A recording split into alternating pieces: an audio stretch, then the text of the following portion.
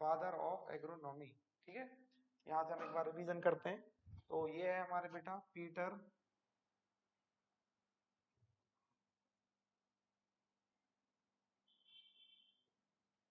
इनको हम बोलते हैं एग्रोनॉमी या सस्य विज्ञान के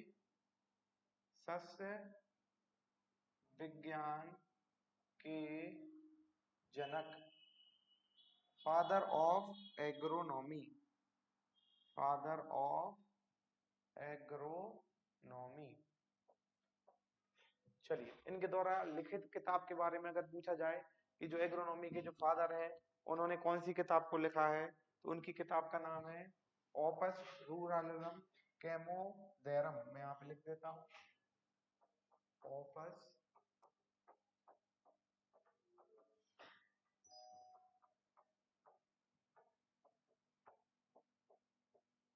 डेरम। ठीक है,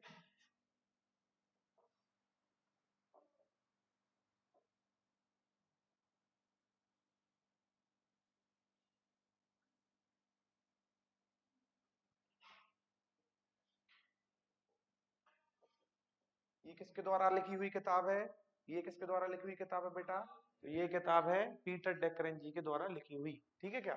सस्य विज्ञान कौन सी भाषा का शब्द है? अगर क्वेश्चन पूछा जाता है तो सिंपली आंसर लगाना है कि यह एक ग्रीक भाषा का शब्द है। ये तीनों चीजें आपको जो है याद रखनी है एग्रोनॉमी के बारे में, है ना। इसमें हम फसल को कैसे उगाते हैं, फसल उत्पादन और उनके प्रबंधन से जुड़ी हुई चीजों को पढ़ते हैं। मुख्यतः ये मृदा, जल और क्रॉप मैनेजमेंट या क्रॉप फसल प्रबंधन पे जो है वो ये जोड़ देता है। उसके बाद आती है हमारी बेटा हॉर्टिकल्चर। हॉर्टिकल्चर कौन सी भाषा का शब्द है?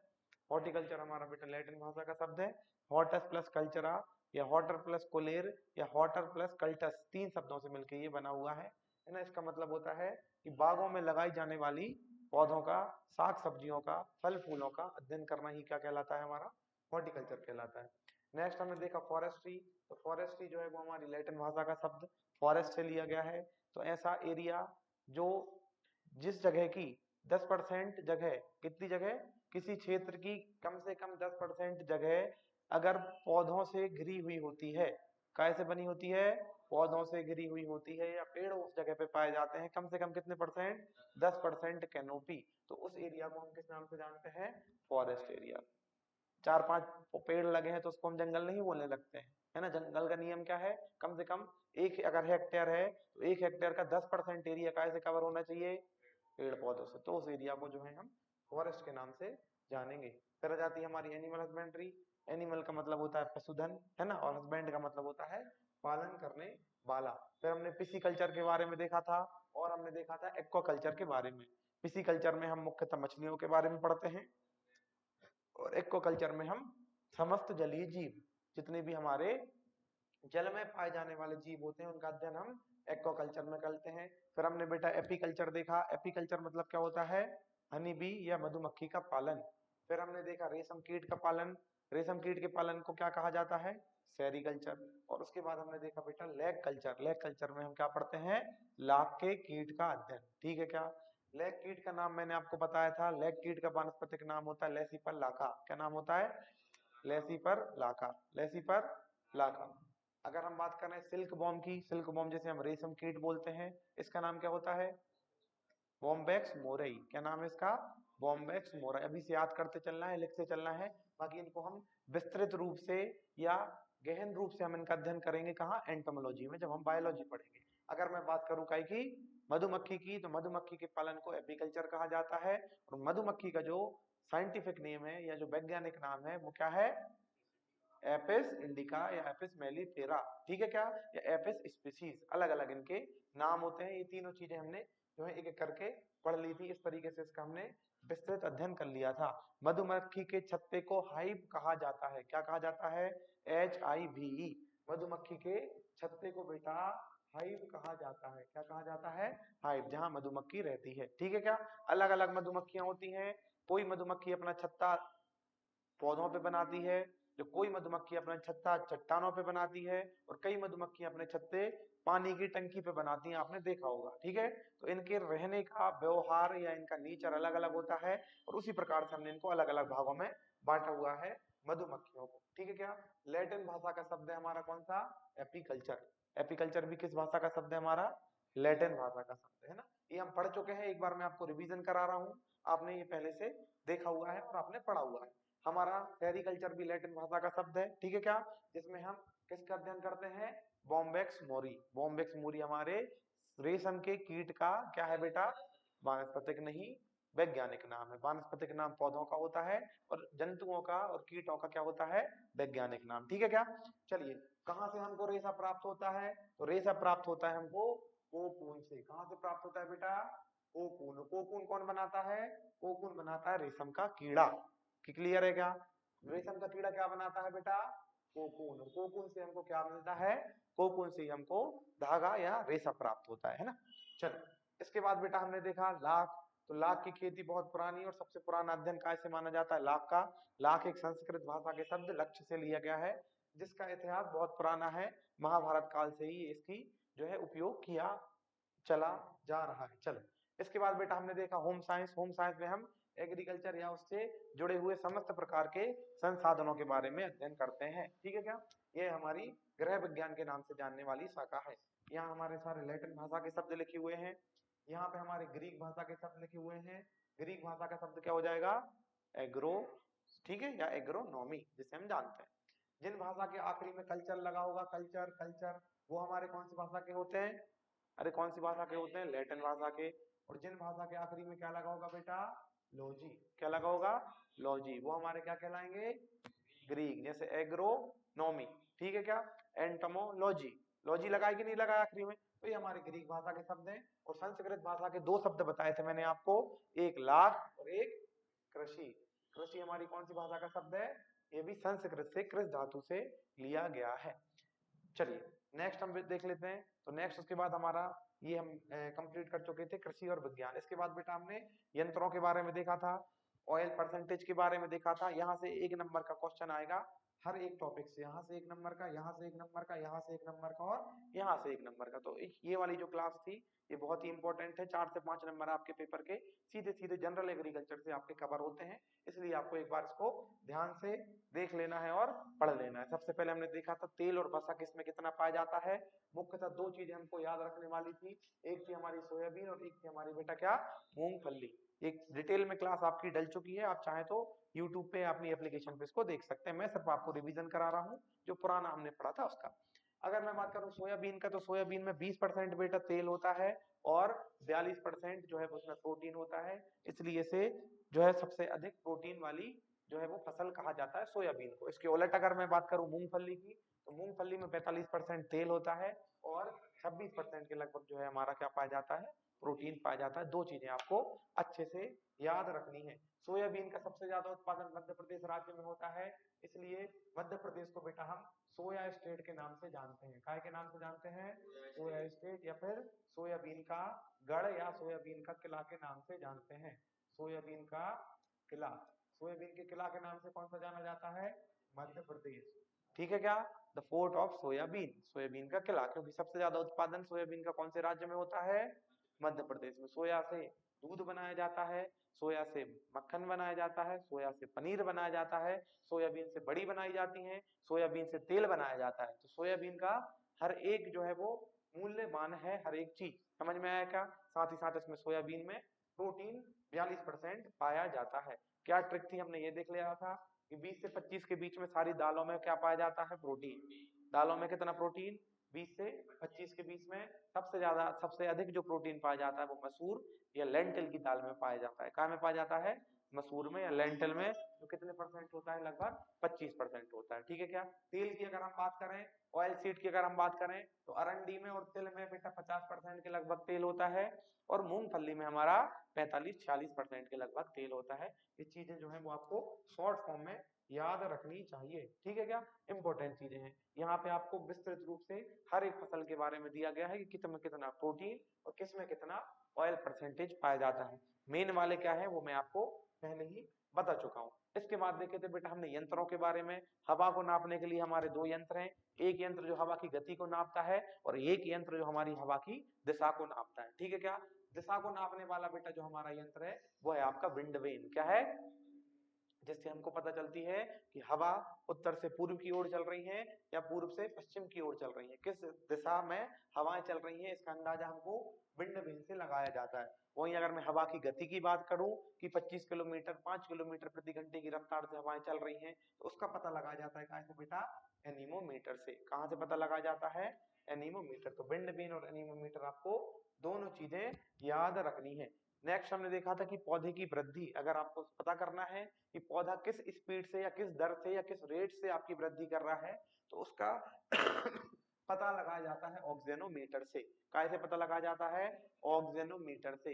एक बेटा हमारा प्लांट हार्मोन होता है, क्या होता है, प्लांट हार्मोन। उस हार्मोन का नाम है ऑक्सीजन। क्या नाम है उसका, ऑक्सीजन। ऑक्सीजन ही हमारे पौधे की लंबाई में वृद्धि करता है। क्वेश्चन पूछा जाता है, आईएमपी लगा के नोट लिख लेना कि पौधे की वृद्धि या ऊंचाई बढ़ाने में कौन सा हार्मोन कार्य करता है। तो कौन सा हार्मोन है बेटा, ऑक्सीजन। क्या नाम है इसका, ऑक्सीजन। तो ऑक्सीजन से आपको क्या याद रखना है, ऑक्सीजनोमीटर। अरे क्या याद रखना है, ऑक्सीजनोमीटर। क्योंकि ऑक्सीजन का पता चल गया तो आपके पौधे की हाइट का या ग्रोथ का पता चल जाएगा। अरे समझ में आया क्या, तो ऑक्सीजन से ही आपको याद रखना है ऑक्सीजनोमीटर। अगर क्वेश्चन पूछा जाता है कि पत्तियों पे उपस्थित स्टोमेटा या पत्तियों पे उपस्थित रंध्र अवकाशों की जांच किस यंत्र से की जाती है तो स्टोमेटा को आपसे कहां से नापना है, पोरोमीटर से। कहां से बेटा, पोरो। स्टोमेटा का मतलब होता है पोर्स और पोर्स से बना है पोरोमीटर, ये मैंने आपको बता दिया था।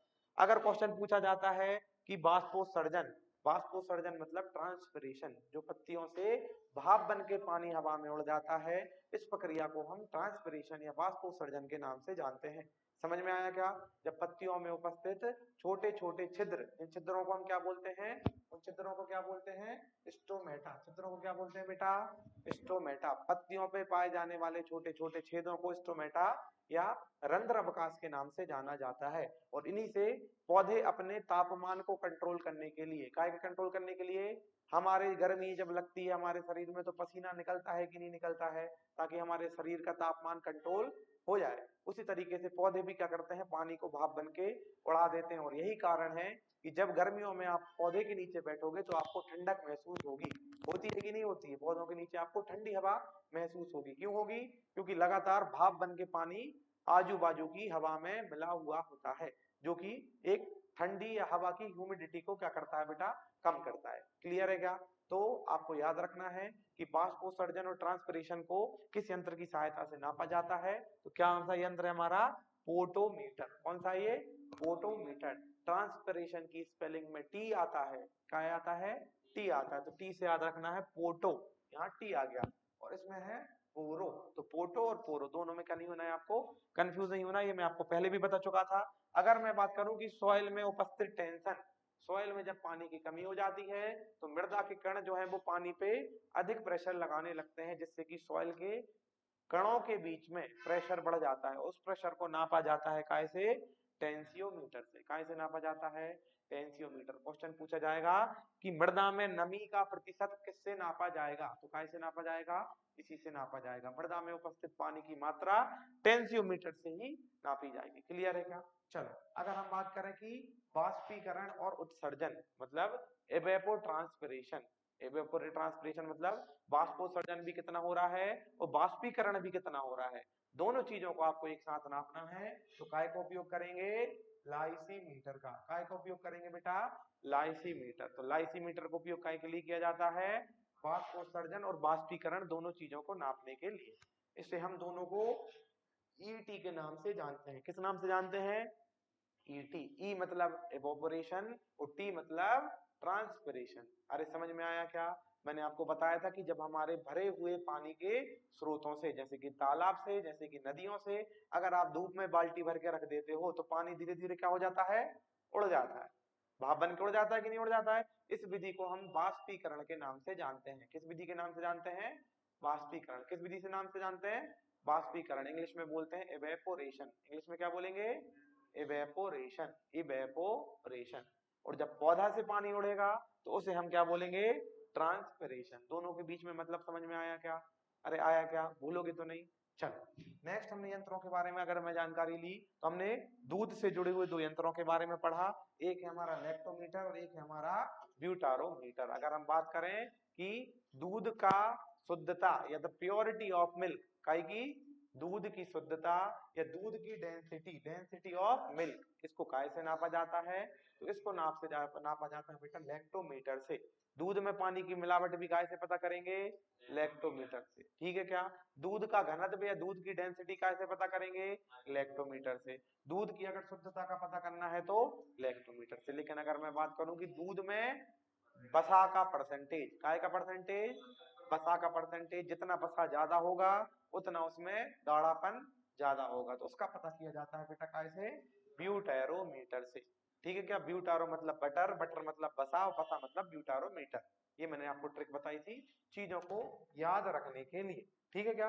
अगर हम बात करें हाइग्रोमीटर या रिफ्रैक्ट्रोमीटर का उपयोग काय के लिए किया जाता है? तो रस में चीनी की प्रतिशत मात्रा, काय में? रस में, गन्ने के रस में कितनी चीनी है, काय से पता करोगे? हाइड्रोमीटर या फिर रिफ्रैक्ट्रोमीटर, दो चीजों से आप इस चीज का जो है वो पता लगा सकते हो।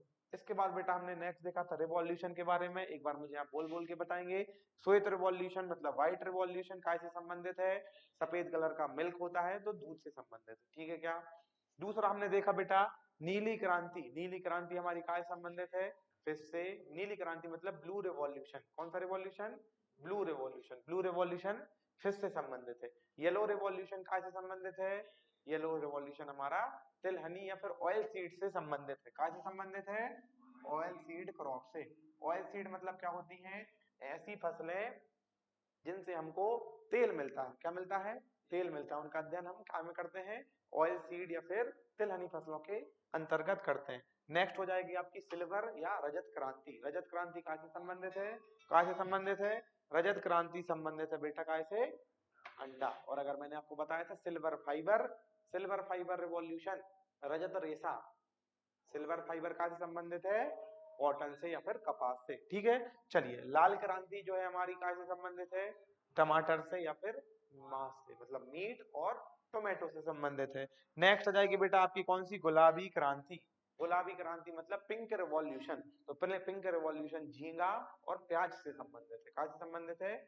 झींगा और प्याज से संबंधित है। राउंड रिवॉल्यूशन आलू से संबंधित है। राउंड रिवॉल्यूशन का संबंधित है? आलू से। राउंड मतलब गोल क्रांति। ठीक है क्या? चलिए इसके बाद आ जाती है हमारी गोल्डन या सुनहरी क्रांति। तो गोल्डन क्रांति या सुनहरी क्रांति की मैं बात करूं तो फ्रूट या हॉर्टिकल्चर से संबंधित है। क्या संबंधित है?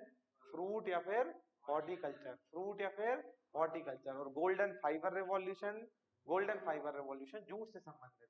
अगर मैं बात करूं ग्रीन रिवॉल्यूशन, हरित क्रांति, हरित क्रांति कहाँ से संबंधित है बेटा? ये हमारी खाद्यान्न से संबंधित है, या फिर इसे हम बोल सकते हैं फूड ग्रेन। इंग्लिश में क्या बोलेंगे इसे? फूड ग्रेन से ये हमारी संबंधित है। अरे क्लियर है क्या? ये चीजें इतनी सारी क्लियर है क्या? किसी को कोई डाउट नहीं है? चलिए हम आगे बढ़ते हैं। नेक्स्ट रिवीजन का पेज है हरित क्रांति के जनक कौन है? तो हरित क्रांति के जनक हैं एम एस स्वामीनाथन भारत में, और नॉर्मन ई बोरलॉग है पूरे विश्व में, father of green revolution. Same तरीके से अगर मैं व्हाइट रिवॉल्यूशन की बात करूं तो व्हाइट रिवॉल्यूशन के जनक कौन है बेटा? ये है डॉक्टर वर्गीस कुरियन। कौन है? डॉक्टर वर्गीस कुरियन। इनको हम मिल्क मैन ऑफ इंडिया के नाम से जानते हैं। ठीक है क्या? नेक्स्ट आ जाएगी हमारी नीली क्रांति। तो नीली क्रांति मतलब मछली, और मछली संबंधित है हीरालाल चौधरी से। किससे संबंधित है? हीरालाल चौधरी से। उसके बाद बेटा सुनहरी क्रांति जो है वो निरपक्ष दुतेजा से संबंधित है। गुलाबी क्रांति दुर्गेश पटेल, लाल क्रांति विशाल तिवारी, और रजत क्रांति इंदिरा गांधी से संबंधित है। इससे ज्यादा इंपॉर्टेंट हमारी आ जाती है परवनी क्रांति। तो परवनी क्रांति हमारी भिंडी से संबंधित है। क्या संबंधित है? भिंडी है, जिसे हम ओकरा के नाम से जानते हैं। अम्बेर रिवॉल्यूशन जो है हमारा वो क्या संबंधित है? अंबर है हमारा हनी बी से संबंधित। और ब्लैक रिवॉल्यूशन हमारा पेट्रोलियम से संबंधित है। क्या से संबंधित है? पेट्रोलियम से संबंधित है। अगर क्वेश्चन पूछा जाता है रेनबो रिवॉल्यूशन, लिख लीजिएगा नोट डाल के। क्वेश्चन अगर पूछा जाएगा कि सर रेनबो रिवॉल्यूशन काय से संबंधित है? रेनबो मतलब हमारा रेनबो रिवॉल्यूशन,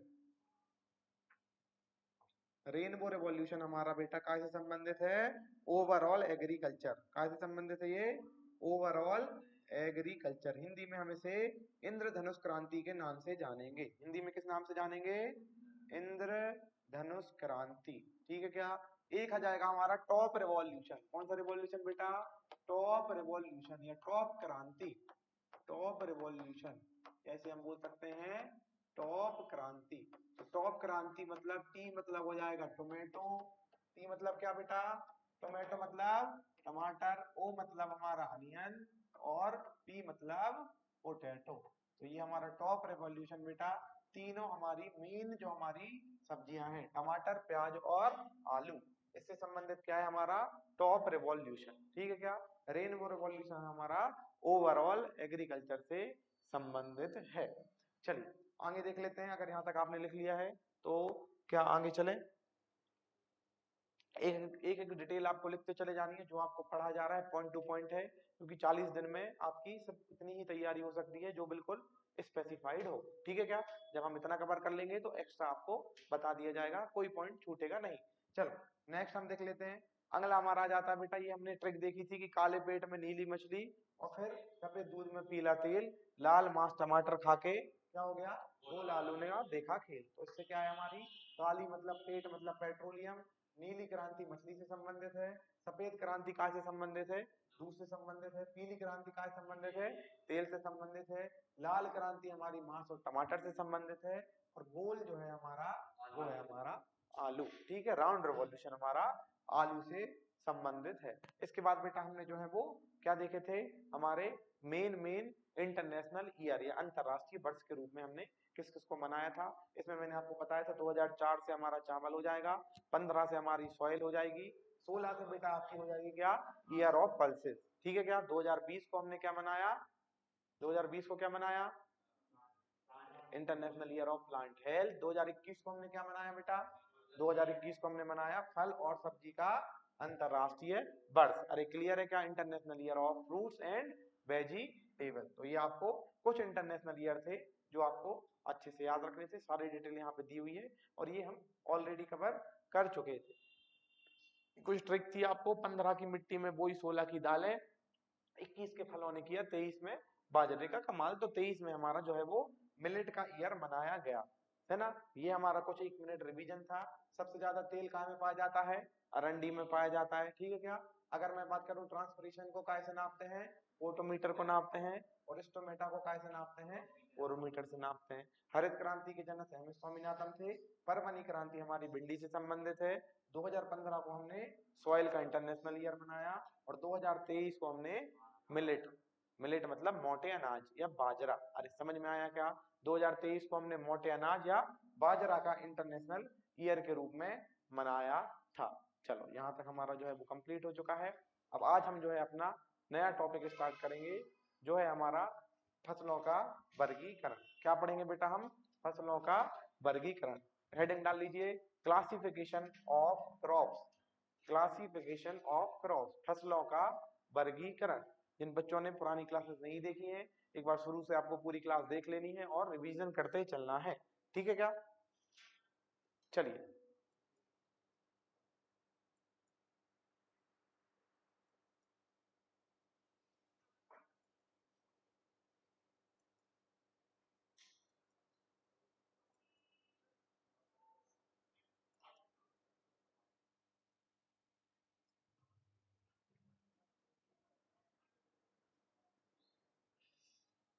चलिए तो अगर आप सबसे पहले डालिए कि परिवार या कुल के आधार पर वर्गीकरण, परिवार कुल फैमिली के आधार पर वर्गीकरण, classification based on a family. क्या डालना है आपको, पहली heading classification based on family,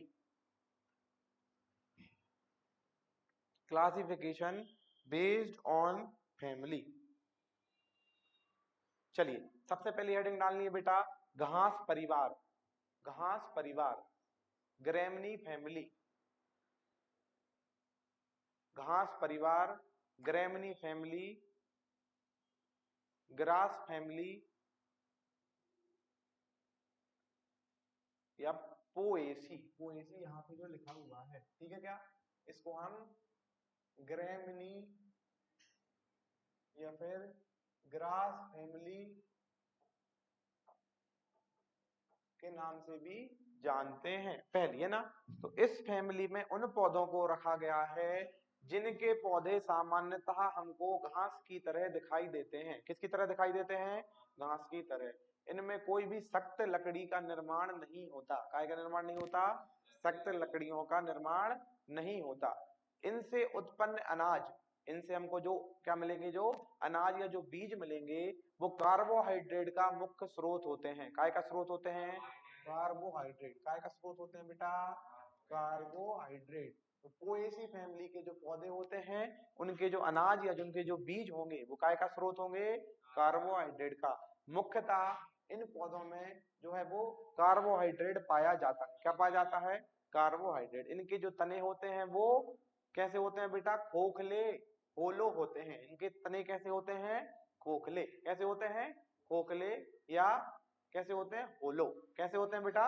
होलो। उदाहरण की अगर मैं बात करूं तो आपने गेहूं का पौधा देखा है क्या? आपने धान का पौधा देखा है क्या? क्या उनमें लकड़ियां होती हैं क्या? पूरी तरीके से वो कैसे हरे होते हैं। हरे होते हैं मतलब वो घास है। क्या है वो? घास। आपने पूजा वगैरह करते हो तो दूर वाले के आते हो, दूर देखिए क्या पंडित जी बोलते हैं ना कि दूर वाले के, तो दूर में पौधा लकड़ियां होती हैं क्या? नहीं होती है। वो क्या होती है? हमारी घास होती है। तो वो सारे इस प्रकार के पौधे हमारे कौन से परिवार में आएंगे? ग्रैमिनी परिवार में। किस परिवार में आएंगे? ग्रैमिनी या फिर पोएसी। उदाहरण लिख लीजिए। उदाहरण में हो जाएगा आपका बेटा गेहूं। एग्जाम्पल लिख लिए, गेहूं हो गया। गेहूं के साथ साथ हमारा जो है वो धान या हमारी पैडी हो जाती है। मक्का हो जाएगा। मक्का लिख लिया, मक्का मतलब मेज। ओट्स लिख लीजिए मतलब जई। हो गया क्या? बारले लिख लीजिए, बारले जौ, जई जौ। वो हो गया क्या? ठीक है क्या? ये सारे हमारे पौधे। घास लिख लीजिए जैसे दूब घास, बरमूड़ा घास। हो गया क्या? दूब घास। दूब घास मतलब वही दूर्वा जिसको हम पूजा वगैरह में उपयोग करते हैं, है ना? ये सारे हमारे काय के उदाहरण है बेटा? ओएसी परिवार के उदाहरण है। पोएसी या फिर ग्रैमनी। तो पोएसी के तीन नाम है, पोएसी, ग्रैमनी और ग्रास फैमिली मतलब घास परिवार। ठीक है क्या? दूसरे नंबर पर जाती है हमारी बेटा क्या? लेग्यूमिनेसी। हेडिंग डाल लीजिए लेग्यूमिनेसी। दूसरा नाम इसका हो जाएगा फैबीएसी, या फिर इसे हम दाल परिवार के नाम से जानते हैं या दाल कुल के नाम से जानते हैं। हाँ हाँ बेटा, हाँ लेग्यूमिनेसी या फिर फैबीएसी। क्या नाम है? लेग्यूमिनेसी या फिर फैबीएसी। तो ऐसे सभी पौधे जिनके बीज फली के फॉर्म में होते हैं। काय के फॉर्म में होते हैं बेटा?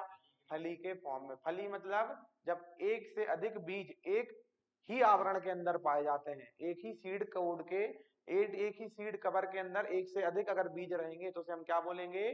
फली। अरे क्या बोलेंगे? फली। जैसे आपकी दालें देखी है क्या?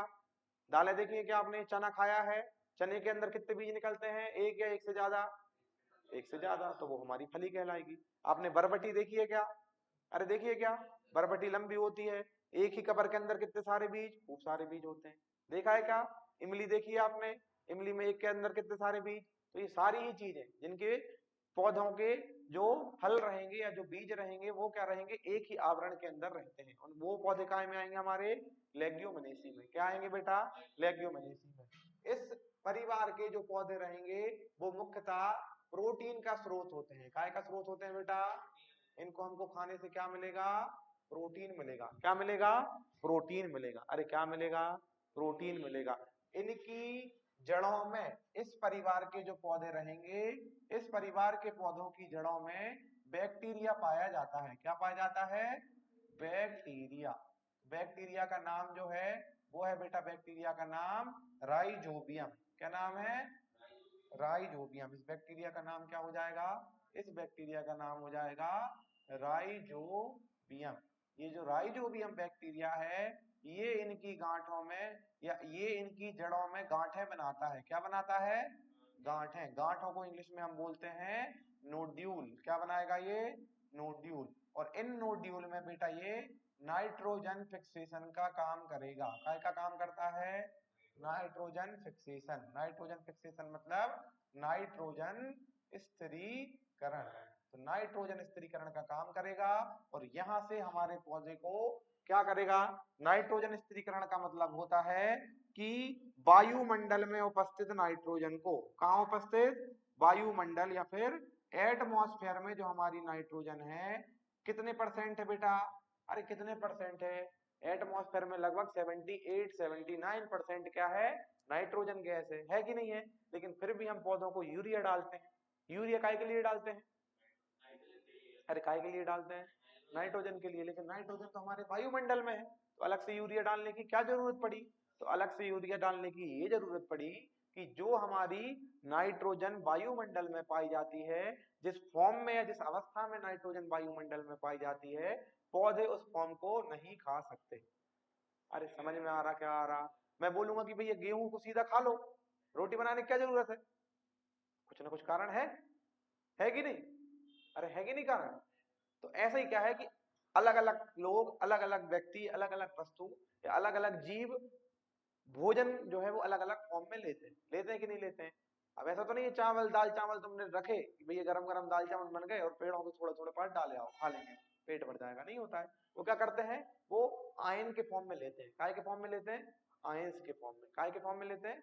आयन के फॉर्म में लेते हैं। कैटायन, धनायन, नारायण, आप नाम सुना है कि नहीं सुना है? वो हम पढ़ेंगे जब हम चैप्टर पढ़ेंगे। तो जब पौधा क्या करता है, नाइट्रोजन को किस फॉर्म में लेता है बेटा? नाइट्रेट के फॉर्म में। किस फॉर्म में लेता है? NO3 नेगेटिव के फॉर्म में। ठीक है क्या?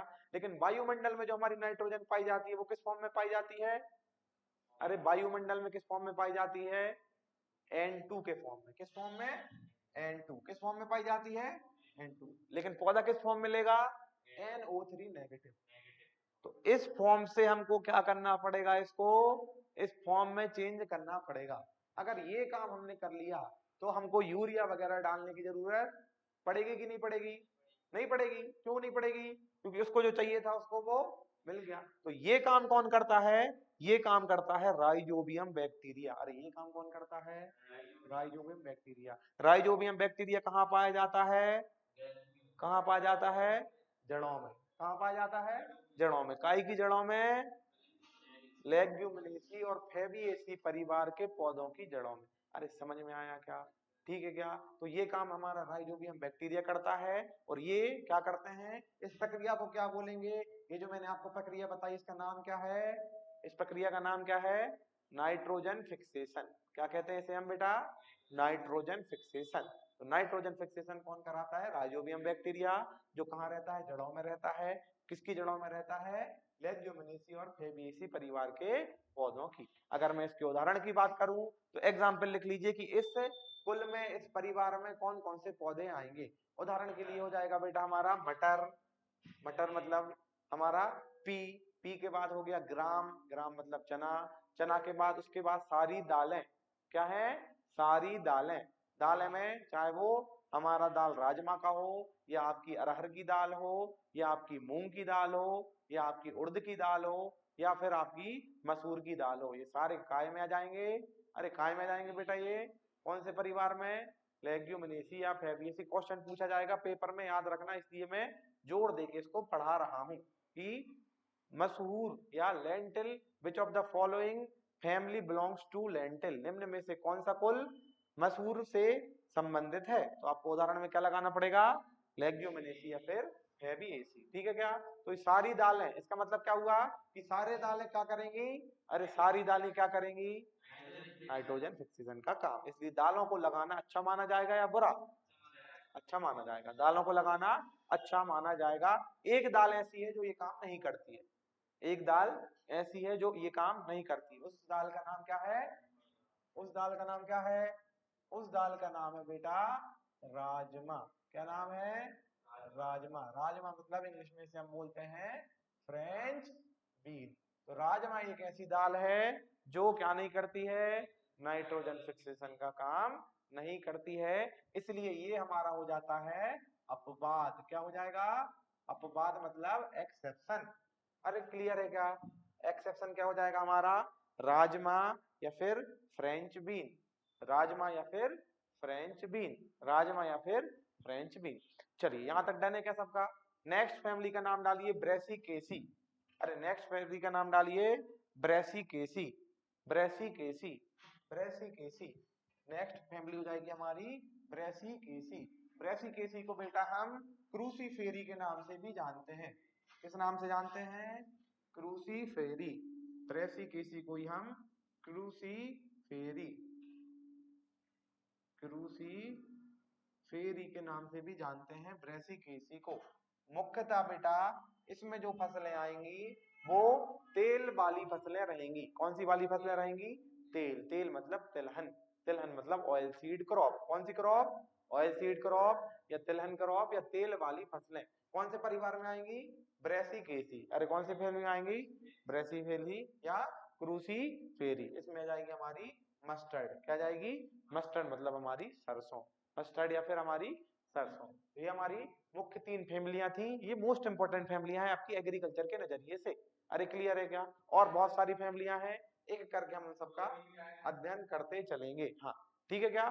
चलिए यहां तक डन है क्या? यहां तक डन है क्या? चलिए इसके बाद बेटा हमारा नेक्स्ट हमने देख लिया है ग्रेमनी या पोएसी के बारे में पढ़ा है।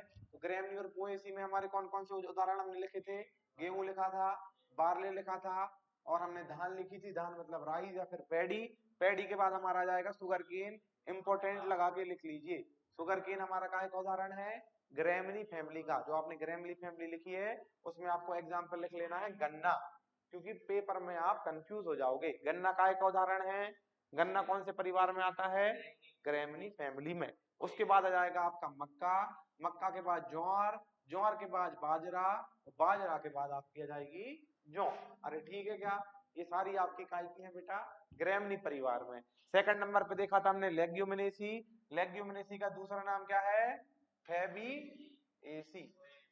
फैबीएसी क्या नाम है इसका? फैबीएसी। ठीक है। चलो इसके बाद इसका एक और नाम है जो है हमारी पेपिलियोनेसी। क्या नाम है? पेपिलियोनेसी। ये आपकी फैमिली है और ये हमारी सब फैमिली है। ठीक है क्या? ये ऊपर हमारी फैमिली है और नीचे हमारी सब फैमिली है। इसके उदाहरण की मैं बात करूं तो इसके उदाहरण में आ जाएगा बेटा मूंग। इसके उदाहरण में क्या क्या जाएगा? इसके उदाहरण में जाएगा मूंग। मूंग मतलब हो जाएगा हमारी ग्रीन ग्राम। फिर आ जाएगा हमारा उर्द, उर्द मतलब ब्लैक ग्राम। फिर आ जाएगी आपकी लेंटिल, लेंटिल मतलब मसूर। फिर लेंटिल के बाद हमारी पिजन पी, पिजन पी मतलब क्या हो जाता है बेटा? अरहर। अरहर के बाद हमारा ग्राम, ग्राम मतलब हो जाएगा आपका चना। चना के बाद आ जाएगा आपका सोयाबीन, सोयाबीन। सोयाबीन के बाद बेटा आपका आ जाएगा क्या? मटर। और मटर के बाद आ जाएगा आपका सनई। आपको याद रखना है इनमें से इंपॉर्टेंट क्या क्या है आपके लिए। सोयाबीन को आपको याद रखना है, सोयाबीन को आपको याद रखना है। सोयाबीन हमारा कौन सी परिवार का पौधा है? फैबिएसी या लेग्यूमिनेसी। चलिए नेक्स्ट आ जाएगी हमारी सोलनेसी। काय में नहीं, लेकिन वो नहीं आएगा, वो तेल वाली मिर्ची नहीं आएगा, क्योंकि पौधे की जो वानस्पतिक वृद्धि है ना, या जो पौधे की बनावट है वो कौन सी प्रकार की है?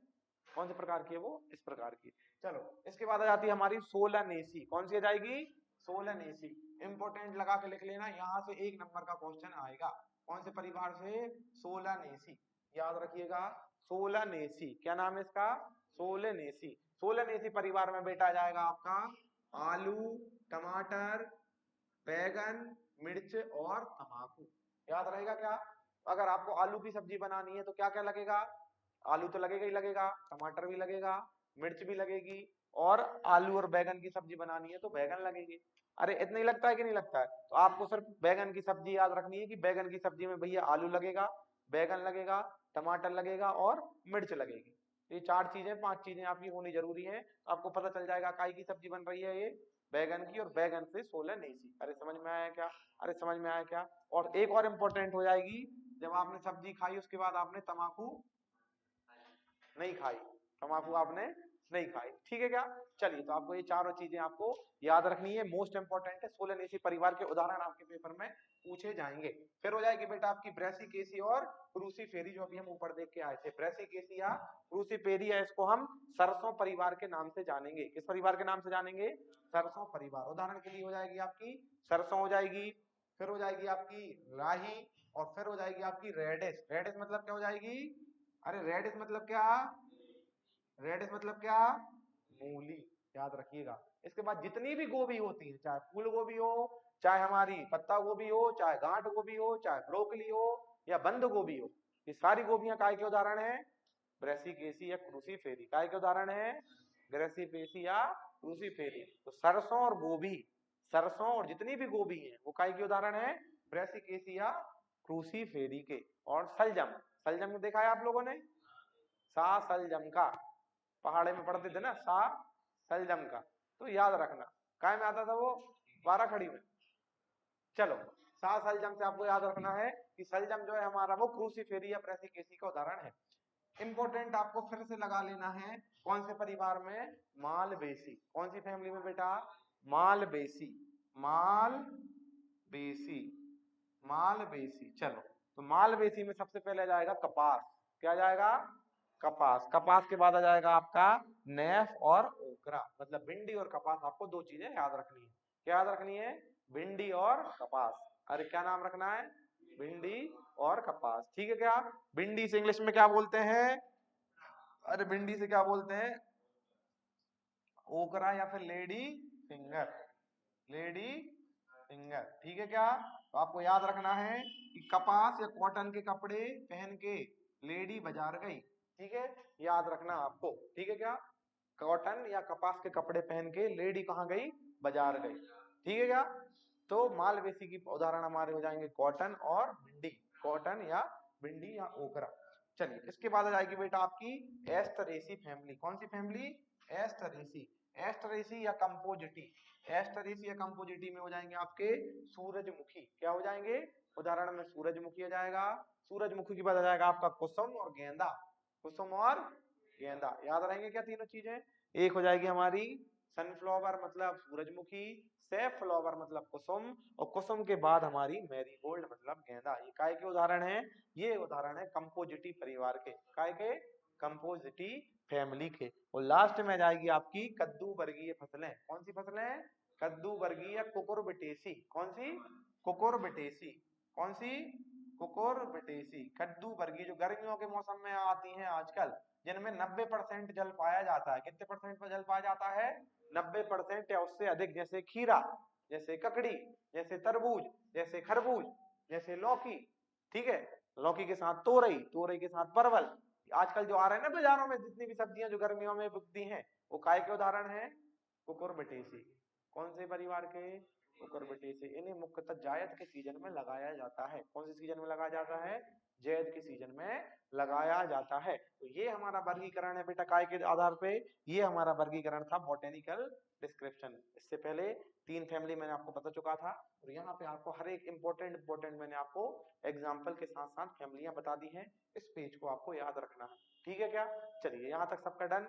एनी डाउट्स, कोई डाउट्स तो नहीं, नहीं है। चलो तो मूव अहेड। तो ग्रैमनी परिवार का एक और नाम क्या है, अरे ग्रैमनी परिवार का एक नाम क्या है, पोएसी या ग्रॉस फैमिली। बार बार मैं आपको इसलिए बता रहा हूं ताकि यही चीजें याद हो जाएं। ठीक है क्या, सेकंड नंबर पे लेग्यूमिनेसी का दूसरा नाम क्या है, अरे फैबिएसी। लेग्यूमिनेसी का दूसरा नाम फैबिएसी। ब्रेसिकेसी का दूसरा नाम क्रूसीफेरी। ब्रेसिकेसी का दूसरा नाम क्रूसीफेरी। देखो यहाँ पे बना हुआ है, गेहूं का उदाहरण बना हुआ है, यहाँ पे बना हुआ है फल वाली, जितनी भी फली वाली आएंगी वो काय में आएंगी, लेग्यूमिनेसी में। यहाँ पे आपको देखिए सरसों का फूल दिखाई देगा, सरसों मतलब हमारा ब्रेसिकेसी या फिर क्रूसीफेरी। फिर आ जाएगी आपकी एस्टरेसी। एस्टरेसी में आपको क्या दिखाई देगा, ये आपको सूरजमुखी दिखाई दे रहा है। तो आपको चीजें याद रहेंगी, ठीक है, ये फोटो के माध्यम से।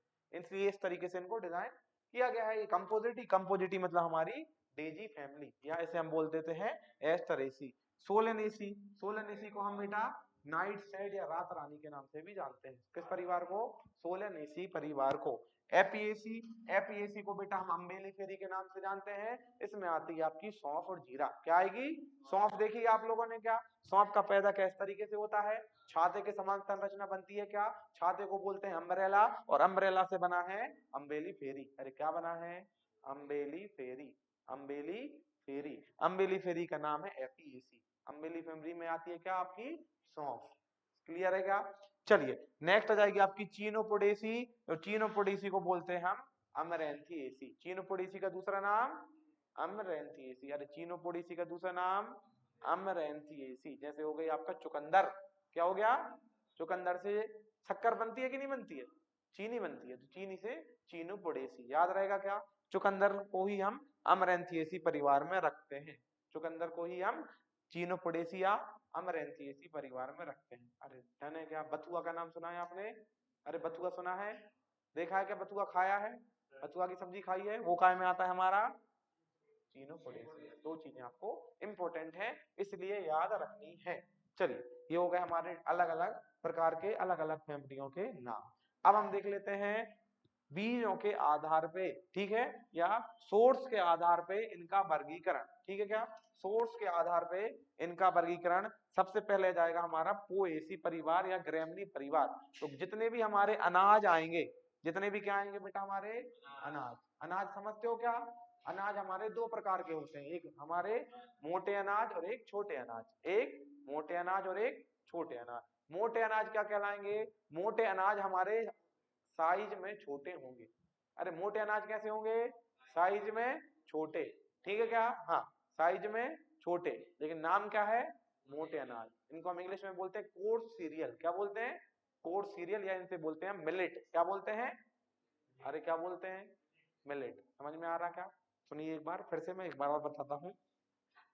ऐसे अनाज जिनके बीज ऊपर से चिकने होते हैं, अरे समझ में आ रहा क्या, ऐसे अनाज जिनके बीज ऊपर से चिकने होते हैं, जिनकी साइज या आकार जिनका बड़ा होता है, जिनकी साइज और आकार बड़ा होता है, उनको हम सीरियल के नाम से जानते हैं। किस नाम से जानते हैं, हिंदी में क्या बोलेंगे, दो परिभाषाएं मैंने बताई क्या, जिनके बीज ऊपर से चिकने होंगे, कैसे होंगे, चिकने, और साइज थोड़ी बड़ी होगी, साइज कैसी होगी, बड़ी होगी, उनको हम क्या बोलेंगे, सीरियल। क्या बोलेंगे, सीरियल या फिर अनाज। उदाहरण के लिए जैसे आपने गेहूं देखा है क्या, गेहूं ऊपर से चिकना होता है कि नहीं होता है, आकार बड़ा होता है कि नहीं होता है। चावल आपने देखा है, चावल ऊपर से चिकना होता है कि नहीं होता है, आकार बड़ा होता है कि नहीं होता है। क्या आपने देखा है कि आपने मक्का देखा है क्या, अरे मक्का किस किसने देखा है, मक्का क्या किस किसने देखा है, मक्का कैसा होता है, हाँ चिकना और गोल्डन कलर का होता है, ठीक है क्या। आपने बारले या जौ देखी है, देखिए क्या, जौ सेम गेहूं की तरह होती है, कैसी होती है, गेहूं की तरह। तो ये सारे जो मैंने आपको उदाहरण बताए हैं, ये काय के उदाहरण हो जाएंगे, ये सारे उदाहरण हो जाएंगे हमारे अनाज वाली फसलों के, काय के, अनाज वाली फसलों के। या एग्जाम्पल लिख लीजिए, अनाज वाली फसलों से हमको क्या मिलता है, अरे क्या मिलता है, कार्बोहाइड्रेट। क्या मिलता है, कार्बोहाइड्रेट। 70 से लेके 80% इनमें कार्बोहाइड्रेट पाया जाता है।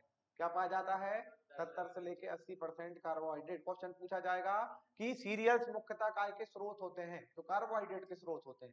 सीरियल में कितना कार्बोहाइड्रेट पाया जाता है, 70 से लेके 80। अगर क्वेश्चन पूछा जाए कि निम्न में से कौन से सीरियल में सबसे ज्यादा कार्बोहाइड्रेट पाया जाता है, कौन से अनाज में सबसे ज्यादा कार्बोहाइड्रेट पाया जाता है, तो वो हो जाएगा हमारा क्या बेटा, राइस। राइस में कितने परसेंट कार्बोहाइड्रेट पाया जाता है, 76%, जो कि सारे अनाजों में सबसे ज्यादा होता है। अरे क्या है ये, सारे अनाजों में सबसे ज्यादा होता है। समझ में आया क्या, अरे आया क्या।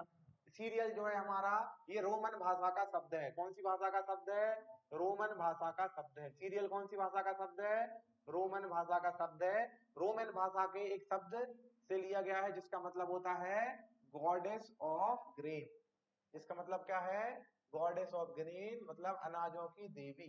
काय की देवी, अनाजों की देवी। याद रखना है कि सीरियल हमारा क्या है, सबसे पहले तो इनके बीज जो है वो चिकने होते हैं, साइज में क्या होते हैं, बड़े होते हैं, पहली चीज। दूसरी चीज, तीसरी चीज क्या है कि इनको जो है वो क्या है, काय के सोर्स होते हैं, ये कार्बोहाइड्रेट के सोर्स होते हैं, ठीक है क्या। तीसरी चीज, कार्बोहाइड्रेट कितना परसेंट होता है, 70 से 80%। सबसे ज्यादा किस में होता है, राइस में होता है। कितना होता है, 76% होता है।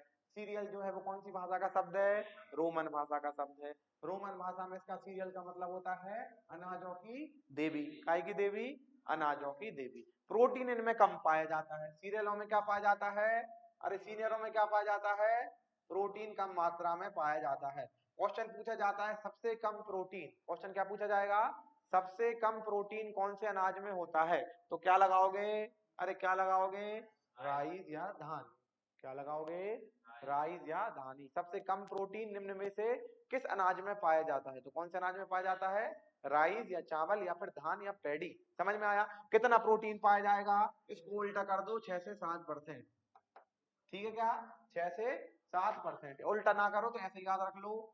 याद कैसे रखोगे, 76 को अलग अलग तोड़ दो, 7 से 6% या 6 से 7% क्या पाया जाता है, प्रोटीन पाया जाता है। क्लियर है क्या। क्वेश्चन पूछ लिया जाए कि सबसे ज्यादा प्रोटीन किस अनाज में पाया जाता है, सबसे ज्यादा प्रोटीन किस अनाज में पाया जाता है? तो उसका भी उदाहरण क्या लगेगा? उसका उदाहरण लगेगा ब्राउन राइस। क्या लगेगा? अरे क्या लगेगा? ब्राउन राइस, भूरा चावल या ब्राउन राइस। सबसे ज्यादा प्रोटीन काय में? Brown rice. काय की बात कर रहा हूं मैं यहाँ? अनाजों की। ये तो बोलोगे सर कल आप बोल रहे थे सोयाबीन, आज बोलने लगे धान। गड़बड़ हो रहा घोटाला। तो घोटाला क्या है? शब्दों पे जोड़ देना है, भावनाओं पे नहीं जाना है, ठीक है क्या? चलो, तो मैं ये बोल रहा हूँ कि सीरियल की बात कर रहा हूँ अभी मैं, सिर्फ अनाजों की। काय की बात कर रहा हूँ? अनाजों की। जितना भी ज्ञान मैं आपको दे रहा हूँ ये काय के इर्द गिर्द है? अनाजों की, ठीक है क्या? सबसे ज्यादा अनाज में प्रोटीन काय में पाया जाएगा? ब्राउन राइस में। कौन से राइस में? ब्राउन राइस में, ठीक है क्या? और सबसे कम किसमें? राइस में। सबसे कम किसमें? राइस में। सबसे ज्यादा कार्बोहाइड्रेट काय में? धान में ही, मतलब राइस में, ठीक है क्या? चलिए, अगर क्वेश्चन पूछ लिया जाए कि सारे ही अनाजों में लगभग लगभग कितना प्रोटीन पाया जाए, क्या क्वेश्चन पूछ लिया जाए सारे ही अनाजों में लगभग लगभग कितनी रेंज में प्रोटीन पाया जाएगा? तो बेटा प्रोटीन की रेंज हमारी कितनी है? 10 से 12%। एक एक पॉइंट लिखते जाइएगा, कब कहां से कैसा क्वेश्चन बन जाएंगे वी डोंट नो, ठीक है? हमको नहीं पता है, इसलिए आपको सारी चीजें लिखते चली जानी है। अरे क्लियर है क्या? सारे अनाजों में कितना प्रोटीन? सारे अनाजों में कितना प्रोटीन?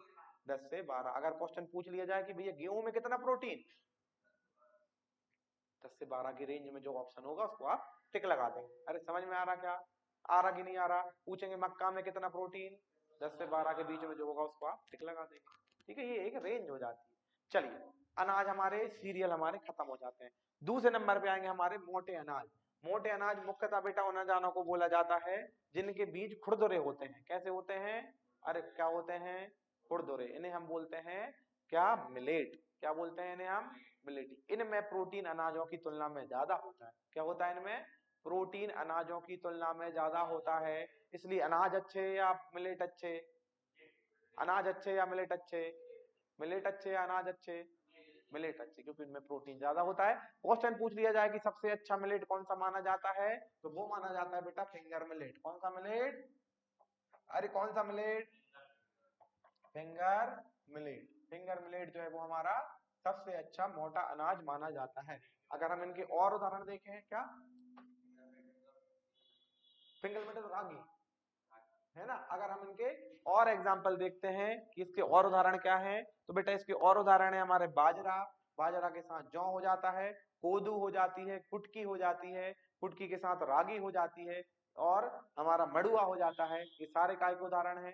अरे सारे काय के उदाहरण है, ये मिलेट के उदाहरण है। लिख लीजिएगा, लिख लीजिएगा एक बार। बाजरा हो गया, बाजरा के बाद हमारी क्या हो गई बेटा? ज्वार हो गई। ज्वार के बाद हमारी रागी हो गई। रागी के बाद मड़ुआ हो गया।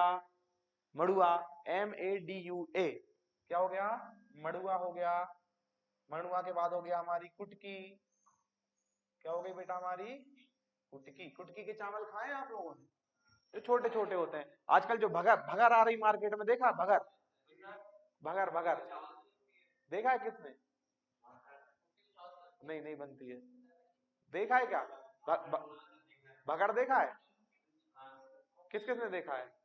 तो भगर जो है ना हमारा बेटा, वो भी हमारी मिलेट है। क्या है वो? हमारी मिलेट। तभी वो फायदा करती है कि नहीं करती है ना? आसानी से पक जाते हैं।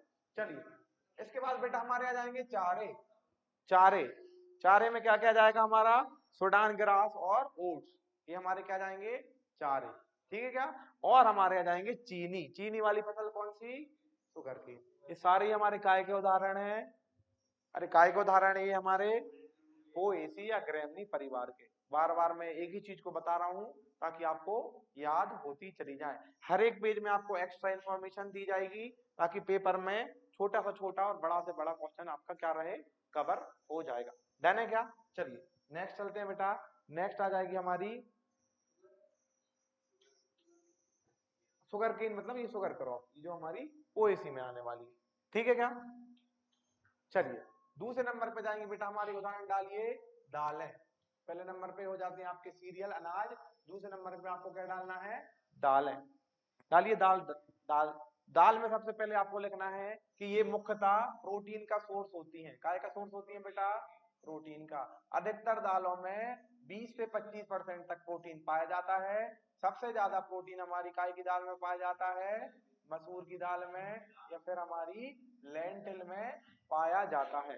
ठीक है क्या? कहाँ में पाया जाता है? लेंटिल में।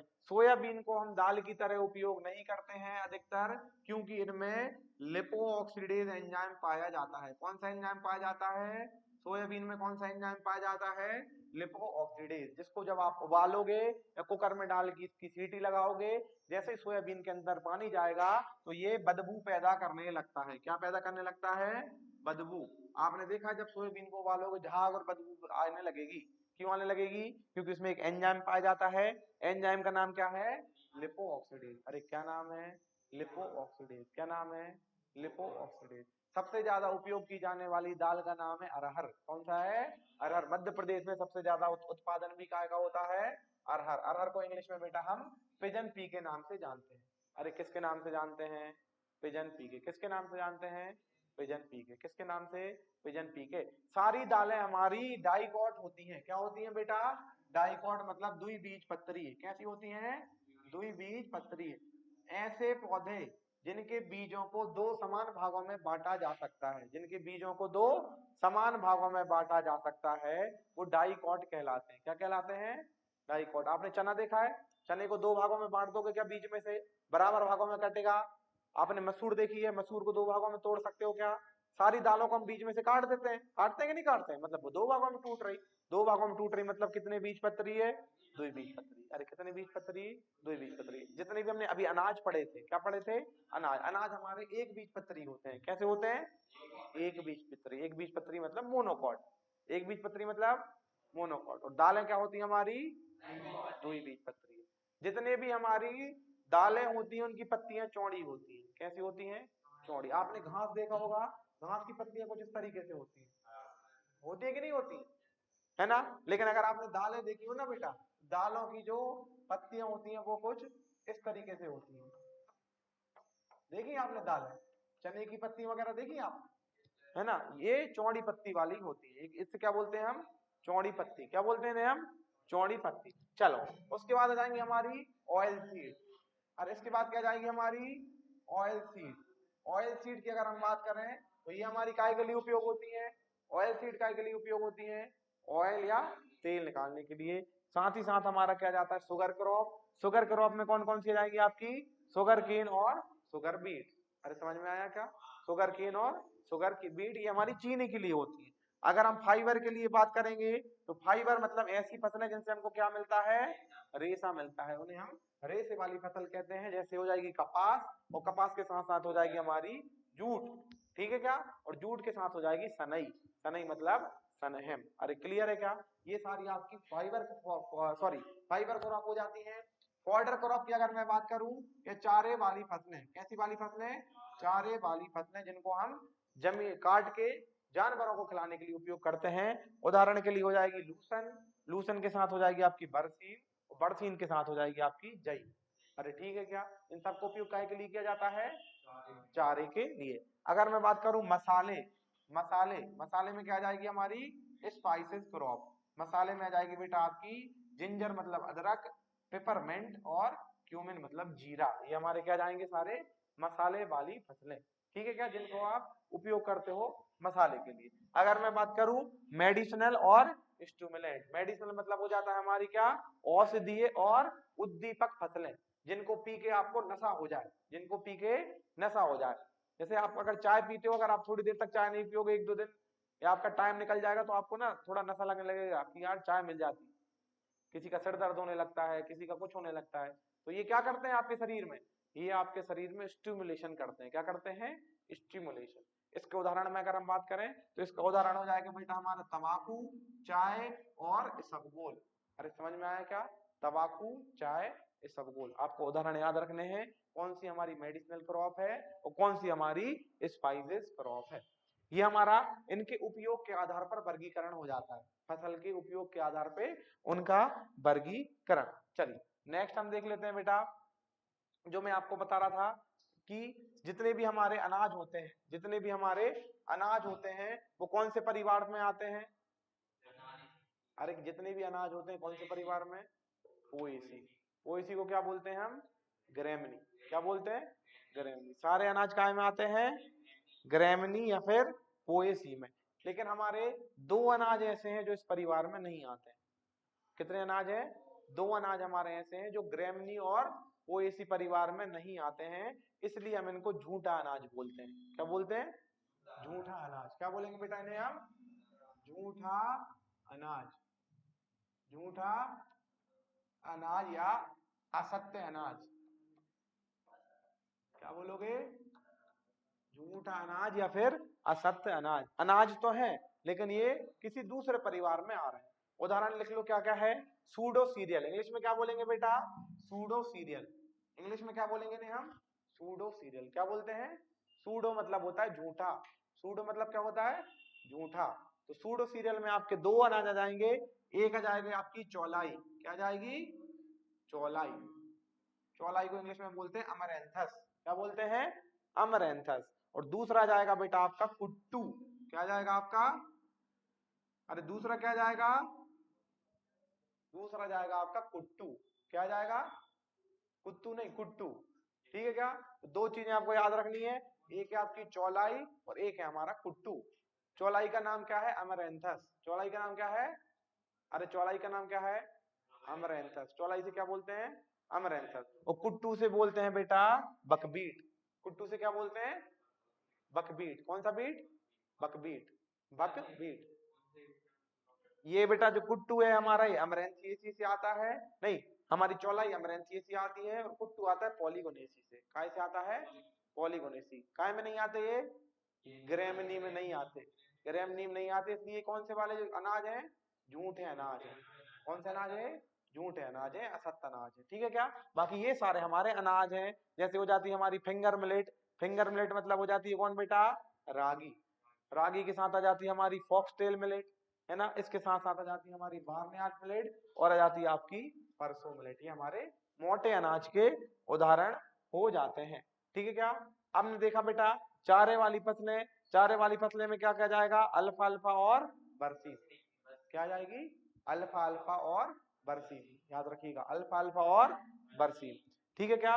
चारे वाली फसलें। इसके बाद हमारी दालें और दालों के साथ साथ हमारी तिलहन। दालों के साथ साथ कौन सी? तिलहन। तिलहन में कौन कौन सी?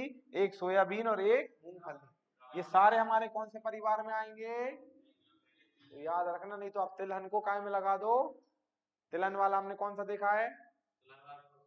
ब्रेसिकेसी या क्रूसीफेरी। देखा है कि नहीं देखा है? हाँ? नहीं नहीं नहीं, मैं ये बोल रहा हूँ, मैंने आपको ये बताया था कि जो ब्रेसिकेसी और क्रूसीफेरी होता है, हाँ, वो तेल वाली फसलें उसमें आती है। लेकिन अगर क्वेश्चन पूछ लिया जाए कि सोयाबीन काय में आ जाएगा, उसमें मत लगाना तेल वाली में। सोयाबीन में तेल है कि नहीं है? 20%, है ना। मूंगफली में तेल है कि नहीं है? 40%। लेकिन मूंगफली काय में आ रही है? क्योंकि मूंगफली फली होती है, नाम ही में फल है। मूंगफली फली है कि नहीं? फली मतलब लेग्यूमिनेसी। सोयाबीन, सोयाबीन की भी फली होती है, तो काय में आ जाएगी ये? लेग्यूमिनेसी। दोनों चीजें याद रहेंगी। चारे काय में जाएंगे? लेग्यूमिनेसी में। दालें काय में जाएंगी? और दो तिलहन। तिलहन कौन कौन सी? एक हमारी सोयाबीन और एक ये काय में जाएंगी? अरे काय में जाएंगी? लेग्यूमिनेसी में। ये कंफ्यूजन आपको दूर हो जाए इसलिए ये वाली स्लाइड में सारी चीजें एक साथ रख दी गई हैं, पेपर में आप कंफ्यूज ना हो। ऑयल सीड, ऑयल सीड में हमारी कौन कौन सी जाएंगी बेटा? ब्रेसिकेसी। ब्रेसिकेसी में कौन सी जितनी भी होंगी वो हमारी काय के लिए होंगी? तिलहन के लिए या ऑयल सीड के लिए। उसके बाद एस्टरेसी और कंपोजिटी में हमारी दो फैमिली आती है या दो फसलें आती हैं, सूरजमुखी और कुसुम। कौन कौन सी? सूरजमुखी और कुसुम। सूरजमुखी और कुसुम से भी क्या निकलता है? तेल। इनको भी हम क्या बोलेंगे? Oil seed. इसके बाद हमारी सीसम। सीसम मतलब तिल और कैस्टर मतलब अरंडी। सीसम मतलब तिल और कैस्टर मतलब अरंडी। इनमें से भी क्या निकलता है? ऑयल। तो ये ऑयल सीड हो जाएंगे। तो ऑयल सीड की कितनी फैमिली? तीन फैमिली। एक हो जाएगी ब्रेसिकेसी, एस्टरेसी और एक पेडिलिएसी और यूफोर्बिएसी। ये सारे आपको फसलों के उदाहरण याद रखने हैं। फाइबर अगर हम बात करें तो फाइबर हमको काय से मिलता है? एक तो मिलता है कॉटन से। कॉटन की फैमिली क्या है? याद किया था कि नहीं कि लेडी कॉटन के कपड़े पहन के कहा जा रही है? बाजार। तो मालवेसी से आपको याद रखना है। एक हो जाएगा हमारा फ्लैक्स। क्या हो जाएगा?